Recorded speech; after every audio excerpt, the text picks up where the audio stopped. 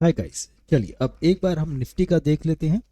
कल जो जिस तरीके से हमने बात करी थी कि एक न्यूज़ की वजह से, ईरान और यूएस की न्यूज़ की वजह से एक गैप डाउन दिख रहा है। और गैप डाउन में हमने कल ऑप्शन चेन के हिसाब से क्लियरली बोला था कि अगर 23,900 या 24,000 की रेंज में ओपन होता है तो हमें एक रिकवरी दिख सकती है। और मार्केट ने वही किया। एग्जैक्टली 24,000 पे आज ओपन करी मार्केट। और 24,000 पे ओपन करने के बाद में मार्केट ने जैसे ही उसको अपसाइड ब्रेक करा और यहाँ पे हमारा पहला रेजिस्टेंस और दूसरा रेजिस्टेंस दोनों के टारगेट आ गए एकदम क्लियर। जो जिस तरीके से ओआई ने हमें, डेटा ने हमें दिखाया, वही उसी तरीके से मार्केट ने परफेक्ट मूव दिया। अब हम चलिए बात करते हैं कल के लिए, 14 जुलाई, कल ट्यूसडे, कल इसकी एक्सपायरी है। सबसे पहले चलते हैं ग्लोबल मार्केट पे, ग्लोबल इंडेक्सेस पे। ग्लोबली आज फिर से डाउ जोन्स, यूएस मार्केट्स सारे थोड़े से नेगेटिव में हैं और बाकी यूरोपियन मार्केट्स न्यूट्रल, बुलिश और न्यूट्रल हैं। और एशियन मार्केट्स में भी मिक्स्ड रिस्पांस है। और अगर हम अभी देखें तो अभी शाम को क्रूड ऑयल में बहुत अच्छा बाउंस आया है। अच्छा, तो उसकी वजह से अब दोबारा से gift Nifty is again showing कल गैप डाउन 98 पॉइंट्स का। रात को जो भी न्यूज़ आएगी, न्यूज़ के बेसिस पे जो होगा वो सवेरे तक क्लैरिटी मिल जाएगी कि कितने पॉइंट्स का गैप डाउन हो रहा है। चलिए अब चलते हैं ऑप्शन चेन पे। अगर आज के ऑप्शन चेन की बात करें तो 35 लाख लोग अभी भी पुट राइटर्स बैठे हैं वर्सेस 21,72,000 जो आपके कॉल राइटर्स हैं। तो क्लियरली विजिबल है overall market data is bullish first of all. चलिए अब दूसरी बात करते हैं।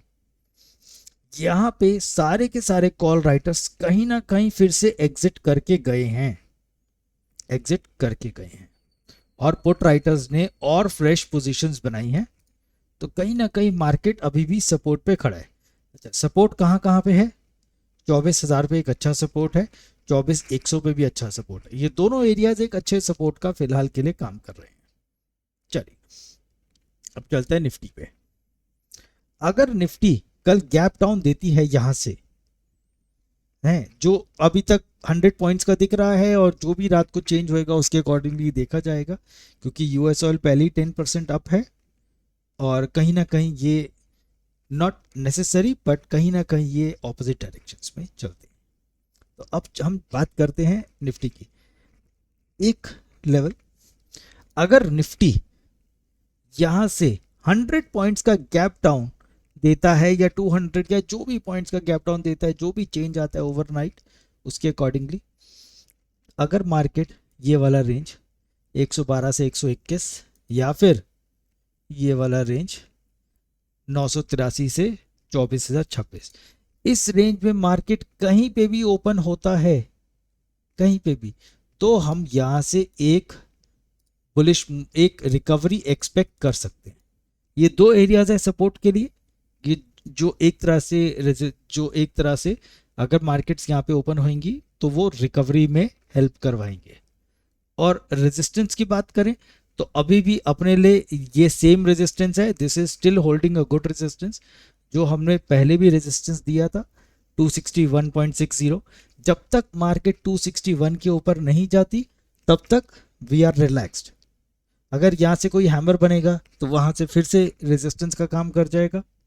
और ये अपने सपोर्ट्स में, अगर कोई सपोर्ट, कोई हैमर बनता है, कोई डोजी बनता है और डोजी के साथ में ऊपर की तरफ ब्रेकआउट आ रहा है जैसे आज आया, तो वो कहीं ना कहीं सपोर्ट का अच्छा काम कर सकता है एक रिकवरी साइड का। और सेम गोस फॉर अपसाइड, यहाँ पे हैमर बनेगा तो ठीक।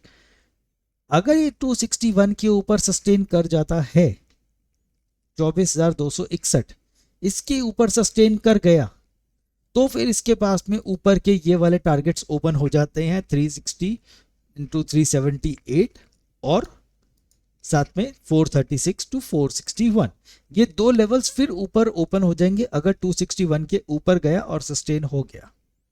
बाकी मार्केट में जो डेटा चेंज आएगा उस डेटा के अकॉर्डिंगली हम देखेंगे, जो व्यू मार्केट बताएगा उस व्यू के अकॉर्डिंगली देखेंगे। बाकी आप अपनी भी एक बार रिसर्च एनालिसिस करिए और उसके अकॉर्डिंगली ट्रेड करिए। Thank you.